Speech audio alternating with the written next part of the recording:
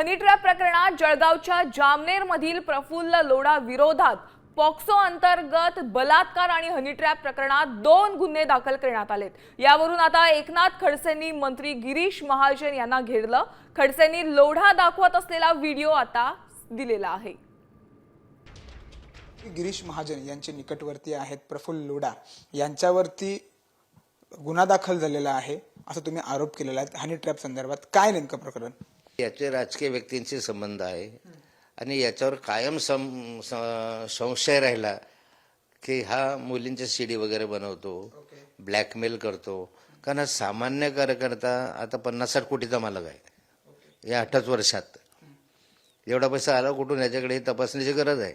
आता गिरीश महाजनांचा सपोर्ट त्या कालखंडामध्ये होता। नंतर परत जुळवणी केली त्यांच्याशी। कशी जुळवणी केली?